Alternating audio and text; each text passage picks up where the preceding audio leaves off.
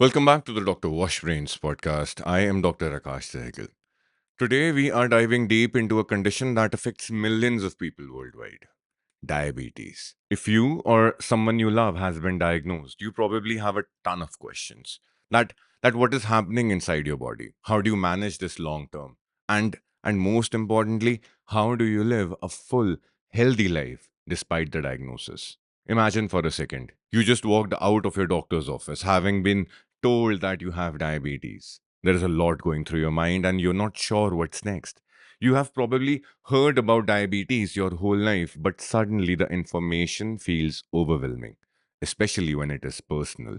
Today, we are going to go through everything from the diagnosis to understanding your blood sugar values to practical tips on how to live your daily life with diabetes. I want this episode to feel like the conversation you wish you had after that diagnosis. We'll talk about not just the science, but the emotional and day to day aspects that will make you feel equipped, empowered, and ready to tackle diabetes head on. Let's dive in. Diabetes, in simple terms, is when your body cannot regulate blood sugar properly. There are two main types: type 1 and type 2. In type 1 diabetes, your immune system mistakenly attacks the insulin producing beta cells in your pancreas. So your body just does not make insulin anymore.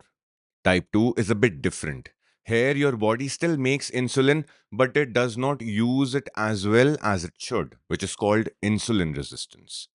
But what does it mean for you?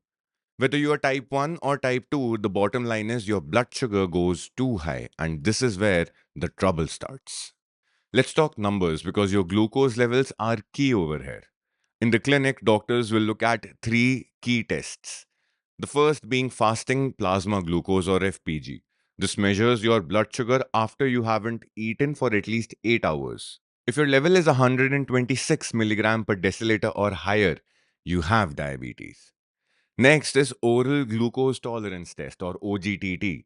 After fasting, you'll drink a sugary liquid and your blood sugar will be tested 2 hours later. A result of 200 milligrams per deciliter or above means you have diabetes. Then you've got HbA1c or hemoglobin A1c. This measures your average blood sugar over the last 2 to 3 months. If your A1c is 6.5% or higher, that is a clear sign of diabetes. Now let's not forget about pre-diabetes. If your FPG is between 100 to 125 milligrams per deciliter, or your HbA1c is between 5.7% and 6.4%, you're in the pre-diabetic range. It's like being on the edge of a cliff. But the good news is, with lifestyle changes, you can actually pull back and prevent yourself from falling into full blown diabetes. Let's talk about pre-diabetes for a moment because this is crucial. This stage often gets ignored because people think, oh, it's not that serious yet. But it is. Think of it as a wake up call from your body. You're on a path towards diabetes, but you still have the power to change that outcome. Here's the thing: 9 out of 10 people with pre-diabetes don't even know they have it. Why? Because it does not necessarily come with symptoms. Your body is already showing signs of insulin resistance, but it is subtle. The key here is to act early. That means lifestyle changes like eating better, moving more, and losing weight if needed. In fact, studies have shown that losing just 5 to 7% of your body weight can significantly reduce your risk of progressing from pre diabetes to type 2 diabetes. So, you have heard about high blood sugar, but what does it actually do to your body over time? Imagine a river overflowing. That is what happens with excess glucose in your bloodstream.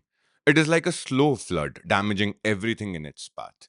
Blood vessels, nerves, organs, none of them escape. Over time, consistently high blood sugar leads to complications like neuropathy. Neuropathy is nerve damage, often starting in your feet and hands. Over time, you may lose feeling or experience sharp stabbing pains. Next is retinopathy. Your eyes are incredibly sensitive to blood sugar fluctuations. High glucose damages the tiny blood vessels in your eyes, leading to blurred vision, and in severe cases, blindness. Then is nephropathy. Your kidneys filter your blood, and they work overtime when there is too much sugar in it. Eventually, this can lead to kidney diseases or even kidney failure, requiring dialysis or a transplant. Cardiovascular disease. See, high blood sugar weakens your heart and blood vessels, increasing your risk for heart attacks, strokes, and atherosclerosis. Now, managing diabetes means becoming best friends with your blood sugar monitor. There is absolutely no way around it. Daily glucose monitoring is the most crucial part of managing your condition. If you have type 1 diabetes, you'll likely need to check your blood sugar multiple times a day. Before meals, after meals, before bed, it becomes a part of your routine. For some, using a continuous glucose monitor can make life easier. A CGM or a continuous glucose monitor is a small sensor which you wear on your skin, which monitors your blood sugar levels throughout the day without you having to prick your finger constantly. The data is sent to an application on your phone, giving you real time feedback. For those with type 2 diabetes, especially if you're not on insulin, you may not need to check your blood sugar as often, but keeping an eye on your number helps you understand how food, exercise, and medication affect your blood sugar.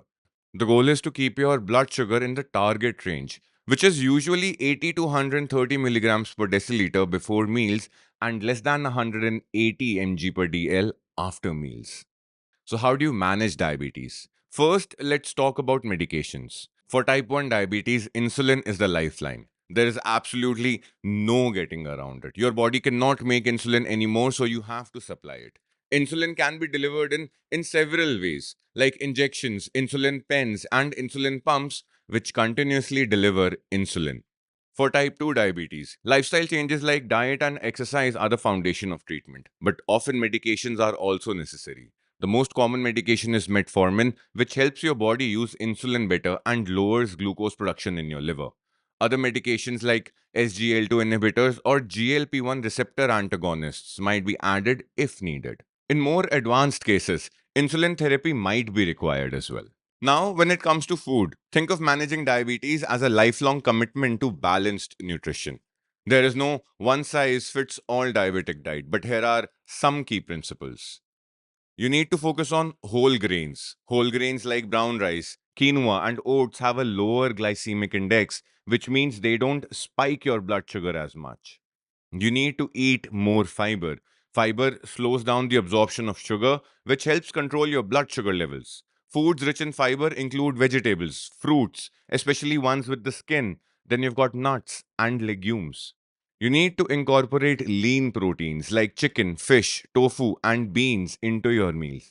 They won't spike your blood sugar and they will help keep you full for longer periods of time. Now, see, fats don't directly affect blood sugar, but they do help with satiety and heart health. Opt for sources of unsaturated fats like avocados, olive oil, and nuts. Living with diabetes isn't just about checking your blood sugar and taking medication. It's about adjusting your daily habits to keep yourself healthy. Here are some tips to make life easier. You need to start exercising regularly. Physical activity helps your body use insulin more effectively. Aim for at least 150 minutes of moderate aerobic activity like walking, swimming, or cycling every single week. Always have a quick source of glucose handy, whether it is glucose tablets, a small juice box, or a packet of sugar. If you're traveling, plan for it. Keep your medications and glucose monitors easily accessible. Make sure you have more than enough supplies for your trip. See, managing diabetes can be emotionally taxing. It is okay to feel overwhelmed, but don't keep it to yourself. Reach out to a diabetes support group or consider talking to a counselor to manage the emotional burden of living with a chronic condition. So, there you have it, a comprehensive guide to diabetes, from diagnosis to daily management, whether you're newly diagnosed or supporting someone with diabetes. Remember that while this is a lifelong condition, it is absolutely manageable. Understanding your numbers, sticking to a treatment plan, and making small but impactful lifestyle changes can help you live a full, healthy life. Diabetes isn't just about blood sugar, it's about finding balance in your daily life, and with the right knowledge and support, you'll find the balance. Thanks for tuning in to the Dr. Washbrains podcast. And remember, knowledge is power, especially when it comes to your health. This is Dr. Akash Sehgal. If you liked whatever you heard or saw today, please consider following, leave a comment, or send us an email. I'll reply to it all. Thank you so much.